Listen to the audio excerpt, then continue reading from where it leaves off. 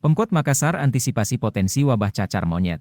Penyakit itu telah mewabah di Jakarta dan bisa berpotensi kasus serupa terjadi di Kota Daeng.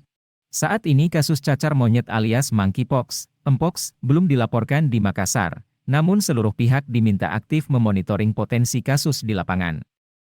Wali Kota Makassar, Mohramdan Pomanto mengatakan, pihaknya meminta RT RW sebagai elemen pemerintahan terbawah ikut memantau kasus ini.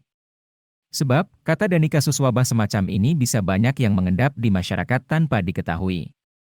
Dani bercerita terkait kasus ini, dirinya pernah menerima tamu dari Jakarta dan sempat terkena cacar monyet begitu pulang dari Makassar.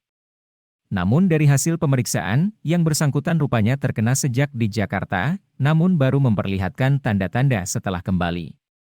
Selain itu, dirinya juga meminta masyarakat untuk melaporkan diri jika menemukan gejala cacar monyet yang dimaksud, agar segera mendapatkan penanganan medis, sekaligus mencegah penyebar luasannya.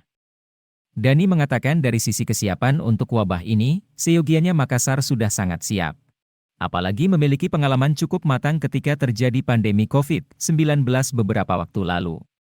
Sementara itu, cacar monyet, monkeypox, adalah salah satu penyakit yang disebabkan oleh infeksi virus dari kelompok yang serupa dengan penyakit cacar. Penyakit ini disebut menular di mana bisa terjadi melalui hewan dan manusia.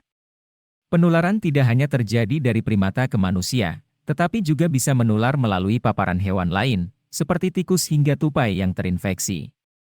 Makanya potensi penyebarannya cukup riskan.